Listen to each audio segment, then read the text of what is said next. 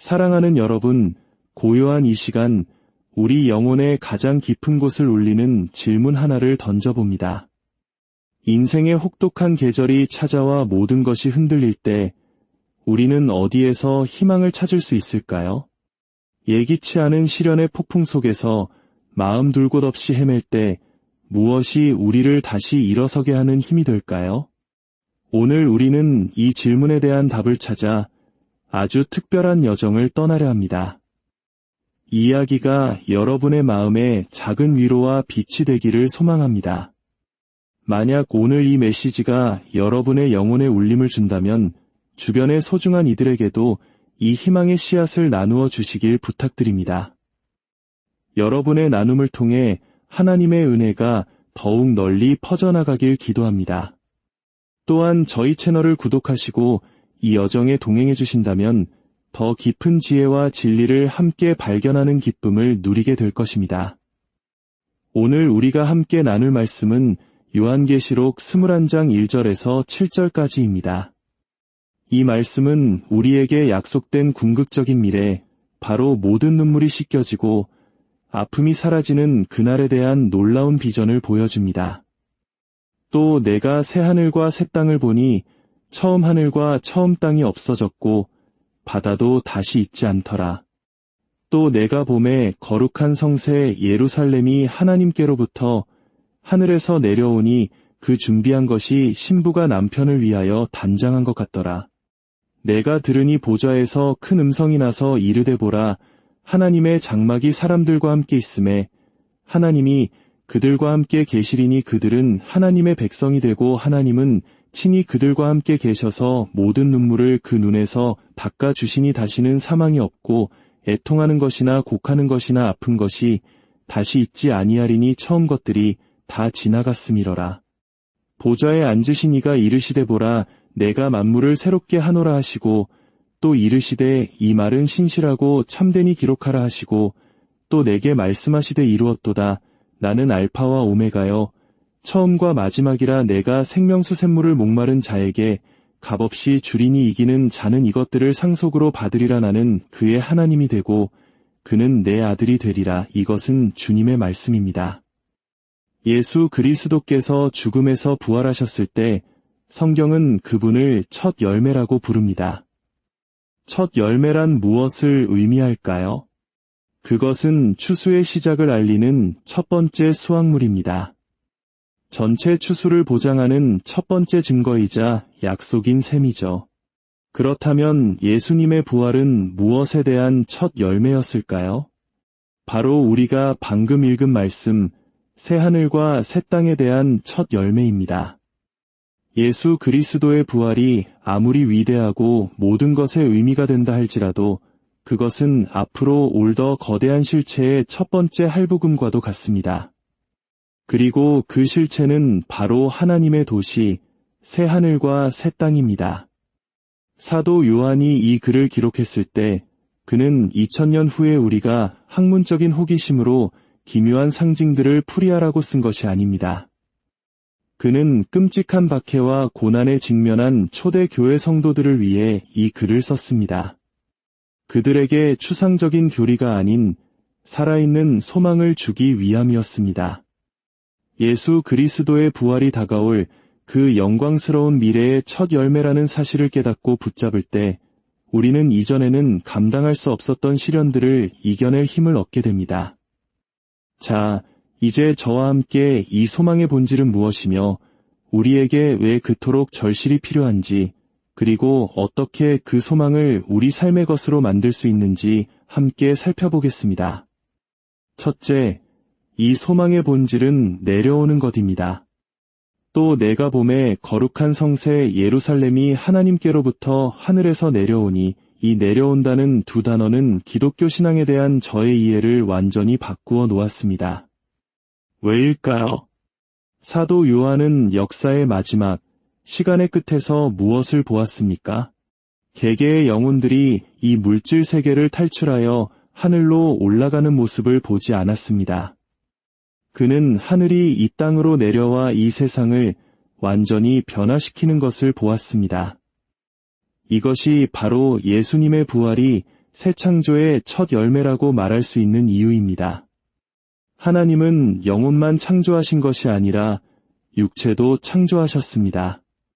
그분은 우리의 영혼뿐만 아니라 우리의 육체도 구원하십니다.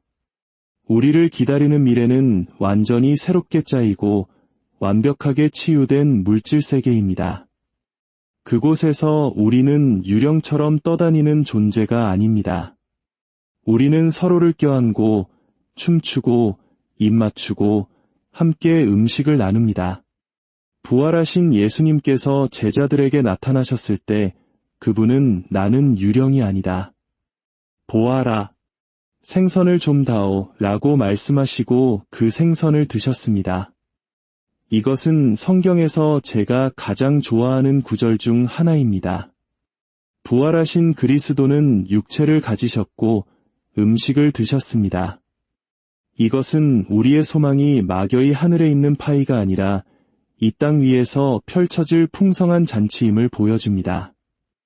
우리 모두는 마음 깊은 곳에 설명할 수 없는 갈망을 품고 살아갑니다. 한 번도 가져보지 못한 완벽한 가정, 한 번도 소유해보지 못한 완벽한 몸, 한 번도 살아보지 못한 완벽한 집에 대한 그리움.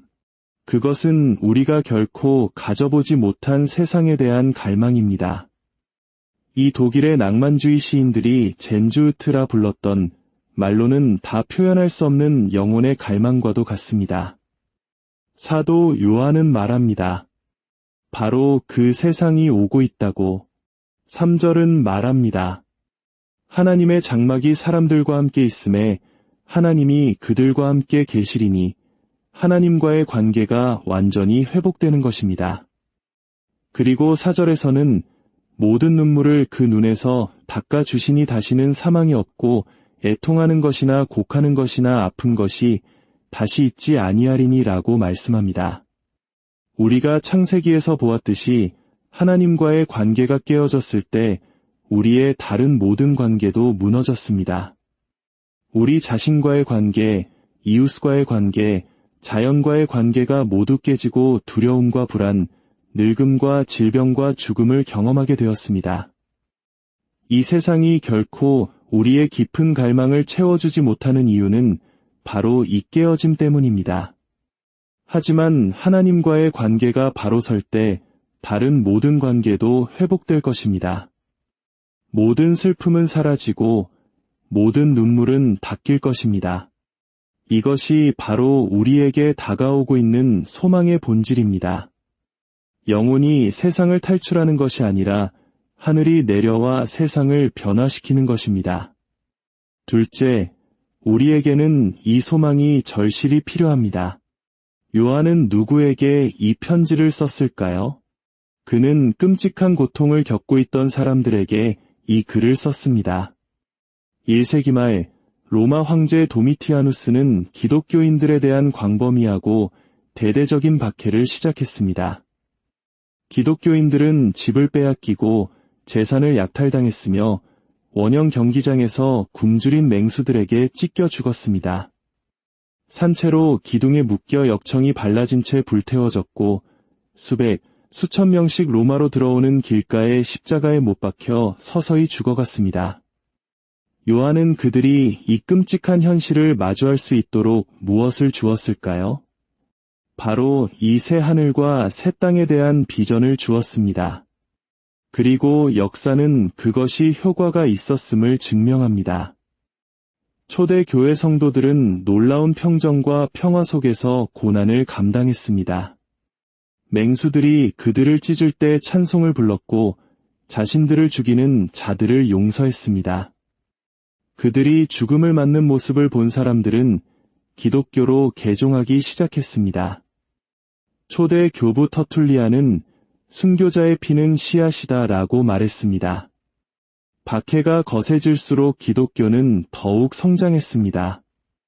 사람들은 그리스도인들이 죽음을 맞는 모습을 보며 저들에게는 우리가 갖지 못한 무언가가 있다고 말했습니다. 그들이 가졌던 것이 바로 이 살아있는 소망이었습니다. 인간은 소망으로 살아가는 존재입니다. 우리가 지금 살아가는 방식은 미래에 대해 무엇을 믿느냐에 따라 완전히 결정됩니다. 2명의 남자가 10년 동안 지하 감옥에서 강제 노역을 하게 되었다는 옛 이야기가 있습니다. 감옥에 들어가기 직전 한 남자는 아내와 아이가 죽었다는 소식을 들었고 다른 남자는 아내와 아이가 살아남아 그를 기다리고 있다는 소식을 들었습니다. 몇 년 후 첫 번째 남자는 쇠약해져 죽었고 두 번째 남자는 10년을 버텨내고 자유의 몸이 되었습니다. 두 사람은 똑같은 환경에 처해 있었습니다. 그러나 미래에 대한 믿음이 달랐기 때문에 현재를 경험하는 방식은 완전히 달랐습니다. 우리의 현재는 미래에 대한 믿음에 의해 지배됩니다. 여러분의 미래는 무엇입니까?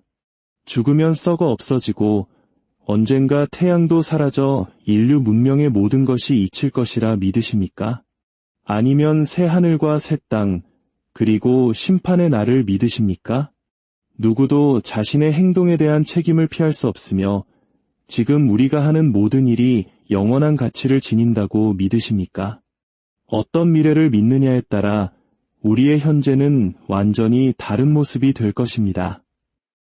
이 소망은 아프리카계 미국인 노예들이 상상할 수 없는 잔혹함 속에서도 인간의 존엄성을 지키고 살아남게 한 힘이었습니다.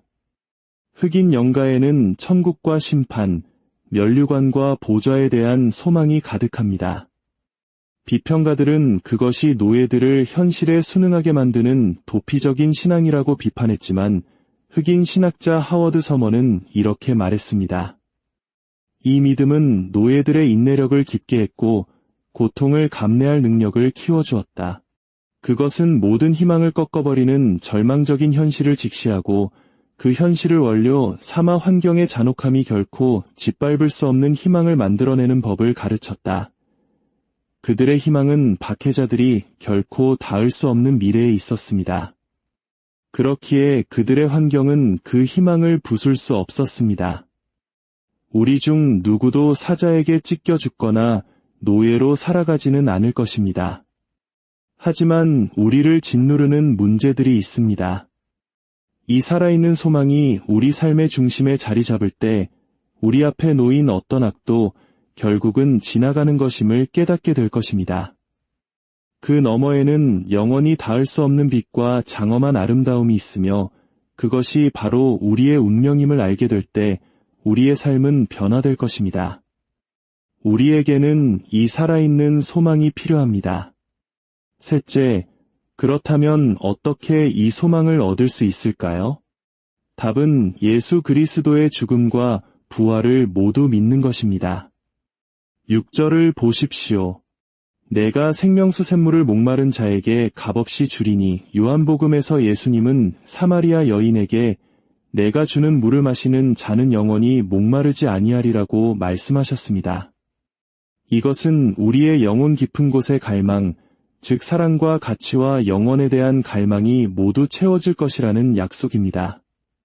그리고 예수님은 이 생명수를 값없이 주신다고 말씀하십니다. 어떻게 그것이 가능할까요?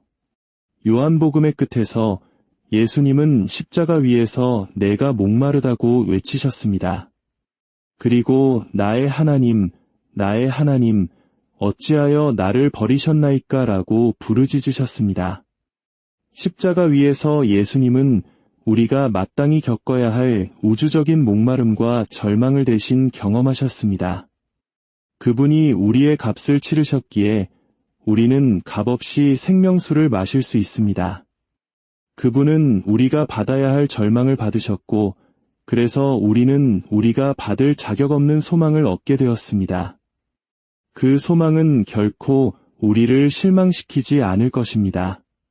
하지만 예수님은 죽기만 하신 것이 아닙니다. 그분은 다시 살아나셨습니다. 보좌에 앉으신 이가 말씀하십니다. 보라, 내가 만물을 새롭게 하노라. 예수님은 새 생명의 시작이며 첫 열매이십니다. 결국 모든 것이 새롭게 될 것입니다. 예수님의 부활은 지금 우리에게 어떤 일이 일어나든 그것이 결국 우리를 더 나은 존재로 만들 것이라는 사실을 의미합니다. 만약 고난이 우리를 덮친다면 소망 가운데 그것을 마주할 때 두 가지 결과만이 있을 뿐입니다. 그것이 우리를 더 나은 사람으로 만들거나 혹은 우리를 죽게 할 것입니다. 그러나 죽음조차도 우리를 훨씬 더 좋은 존재로 만들어줄 뿐입니다. 필라델피아의 위대한 목사였던 도널드 바나우스에게는 어린 딸 마가렛이 있었습니다. 그가 아직 젊었을 때 사랑하는 아내가 세상을 떠났습니다. 그는 어린 딸과 함께 아내이자 엄마를 잃은 슬픔을 감당해야 했습니다. 어느 날 길을 건너던 딸 옆으로 큰 트럭이 아슬아슬하게 지나갔고 딸은 비명을 질렀습니다. 그는 딸을 안아 올리며 달랬습니다. 그리고 그에게 한 가지 아이디어가 떠올랐습니다. 얘야, 우리가 엄마 때문에 얼마나 슬프니? 네, 아빠. 그런데 방금 트럭이 너를 쳤니? 아니요. 그럼 무엇이 너를 스치고 지나갔지? 트럭의 그림자요. 그래, 죽음이 내 엄마를 친 게 아니란다. 오직 죽음의 그림자만이 엄마를 스쳤을 뿐이야. 진짜 죽음은 예수님을 쳤단다. 우리가 예수님을 믿기 때문에 이제 우리에게 닿을 수 있는 것은 오직 죽음의 그림자뿐이야. 만약 예수님의 죽음이 우리를 위한 것이었고 그분의 부활이 사실이라면 우리 삶의 최악의 것들조차 결국 최선의 것이 되며 가장 위대한 것은 아직 오지 않았습니다. 이 살아있는 소망 위에 굳게 서서 완전히 변화된 삶을 살아가십시오. 함께 기도하겠습니다. 하늘에 계신 우리 아버지, 우리가 가진 소망이 얼마나 위대한 것인지 깨닫게 하시고 그 소망에 합당한 삶을 살게 하소서.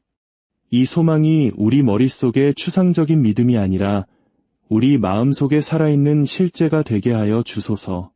그리하여 이 소망을 가졌던 믿음의 선배들처럼 우리도 만족과 평정, 겸손과 기쁨이 넘치는 삶을 살아가게 하옵소서.